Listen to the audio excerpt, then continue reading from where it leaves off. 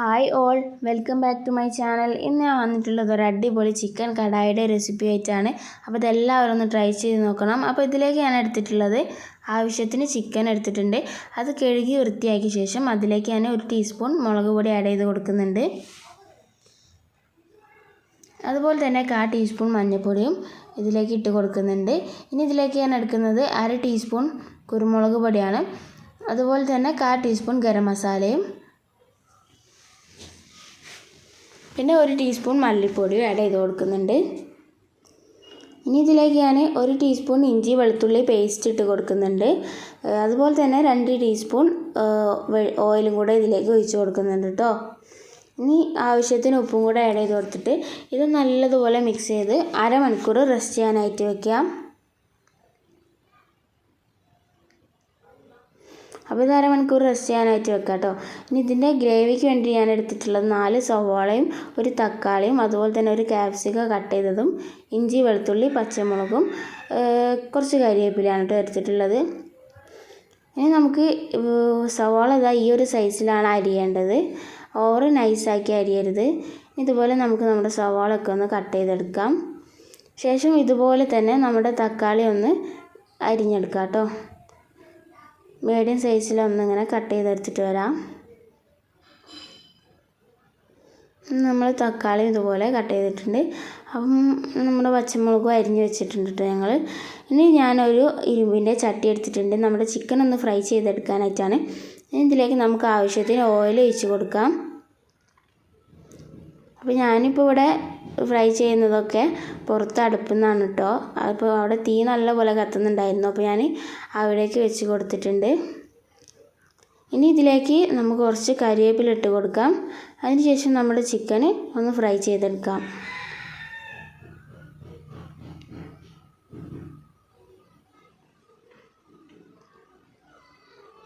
ഇതുപോലെ ചിക്കൻ ഒന്ന് ഫ്രൈ ചെയ്തെടുക്കാം.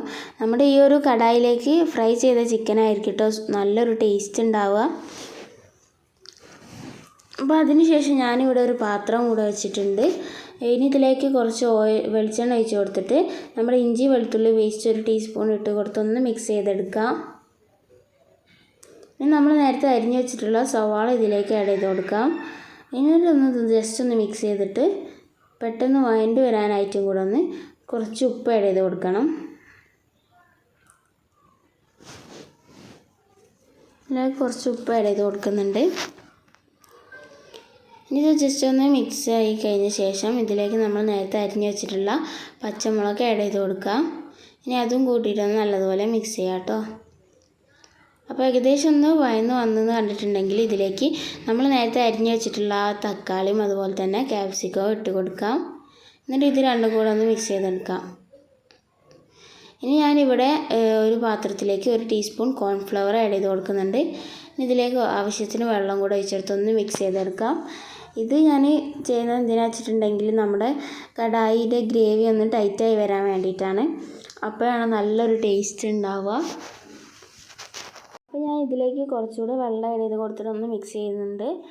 നമ്മൾ നേരത്തെ വാട്ടാൻ വെച്ച സവാളയൊക്കെ ഒന്ന് ജസ്റ്റ് ഒന്ന് വാടി വന്നിട്ടുണ്ട്. നമുക്കിതിലേക്ക് 1.5 ടീസ്പൂൺ മുളക് പൊടി ആഡ് ചെയ്ത് കൊടുക്കാം. അതുപോലെ തന്നെ 1/4 ടീസ്പൂൺ മഞ്ഞൾപ്പൊടിയും 1/4 ടീസ്പൂൺ ഗരം മസാലയും 1 ടീസ്പൂൺ കുരുമുളക് പൊടി ആഡ് ചെയ്ത് കൊടുത്തിട്ട് ഒന്ന് മിക്സ് ചെയ്തെടുക്കാം.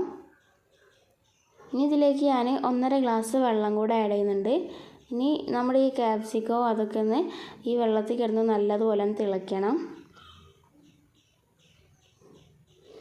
അപ്പോൾ ഇത് നല്ലതുപോലെ ഒന്ന് തിളച്ച് വെന്ത് വന്നിട്ടുണ്ട്. ഇനി ഞാനിതിലേക്ക് ആവശ്യത്തിന് ടൊമാറ്റോ സോസും കൂടെ ആഡ് ചെയ്ത് കൊടുക്കുന്നുണ്ട്. ടൊമാറ്റോ സോസ് നിങ്ങളുടെ ഇഷ്ടം പോലെ ആഡ് ചെയ്യാം കേട്ടോ.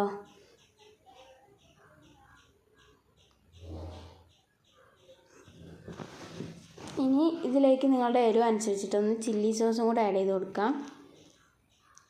ഇനി ഞാനിവിടെ എടുത്തിട്ടുള്ളത് സോയാബീൻ സോസാണ്. സോയാബീൻ സോസ് കുറച്ച് ആഡ് ചെയ്താൽ മതി കേട്ടോ. എന്നിട്ട് ഇത് ഒക്കെ കൂടെ നല്ലതുപോലെ ഒന്ന് മിക്സ് ചെയ്ത് കൊടുക്കാം. അപ്പോൾ ഞാനിവിടെ നല്ലതുപോലെ ഒന്ന് മിക്സ് ചെയ്തിട്ടുണ്ട്. ഇനി ഇതിലേക്ക് ഞാൻ ആഡ് ചെയ്ത് കൊടുക്കാൻ പോകുന്നത് നമ്മുടെ ഈ കടായിക്ക് ചെറിയൊരു മധുരത്തിൻ്റെ രസം കൂടെ വേണം. അപ്പോൾ ഇതിലേക്ക് ഞാൻ 1 ടീസ്പൂൺ പഞ്ചസാര കൂടെ ആഡ് ചെയ്ത് കൊടുത്തൊന്ന് മിക്സ് ചെയ്യുന്നുണ്ട്. ഇനി നമ്മൾ നേരത്തെ ഫ്രൈ ചെയ്ത് വെച്ചിട്ടുള്ള ആ ചിക്കന് മുഴുവനായിട്ട് ഇതിലേക്ക് ആഡ് ചെയ്ത് കൊടുക്കാം. എന്നിട്ടൊന്ന് നല്ലതുപോലെ മിക്സ് ചെയ്തെടുക്കാം.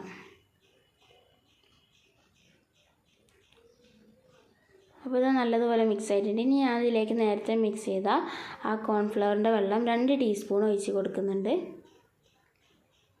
എന്നിട്ട് അതും കൂടെ മിക്സ് ചെയ്തിട്ടൊന്ന് ഇതാക്കി എടുക്കാം. അപ്പോൾ നമ്മുടെ കടായൊക്കെ ഇവിടെ നല്ല അടിപൊളിയായി വന്നിട്ടുണ്ട്. ഇനി ഇതിലേക്ക് ഞാൻ കുറച്ച് കരിവേപ്പിലയും അതുപോലെ തന്നെ ചപ്പും പൊതി ആഡ് ചെയ്ത് കൊടുക്കുന്നുണ്ട്. അപ്പോൾ ഇതെല്ലാവരും ഒന്ന് ട്രൈ ചെയ്ത് നോക്കണം. നല്ലൊരു ടേസ്റ്റാണ് നമ്മുടെ ഈ ഒരു കടായിക്ക്. അപ്പോൾ എല്ലാവരും ട്രൈ ചെയ്ത് ഫീഡ്ബാക്ക് അറിയിക്കാനും മറക്കരുത്. അപ്പോൾ എൻ്റെ ചാനൽ ഇഷ്ടമായാൽ ലൈക്ക് ചെയ്യാനും ഷെയർ ചെയ്യാനും അതുപോലെ തന്നെ സബ്സ്ക്രൈബ് ചെയ്യാനും മറക്കല്ലേ. അപ്പം ഇതാണ് കേട്ടോ നമ്മുടെ സൂപ്പർ ടേസ്റ്റി കടായി ഇവിടെ റെഡി ആയിട്ടുണ്ട്. അപ്പോൾ പുതിയൊരു വീഡിയോയുമായി വരുന്നത് വരെ എല്ലാവർക്കും ബായ്.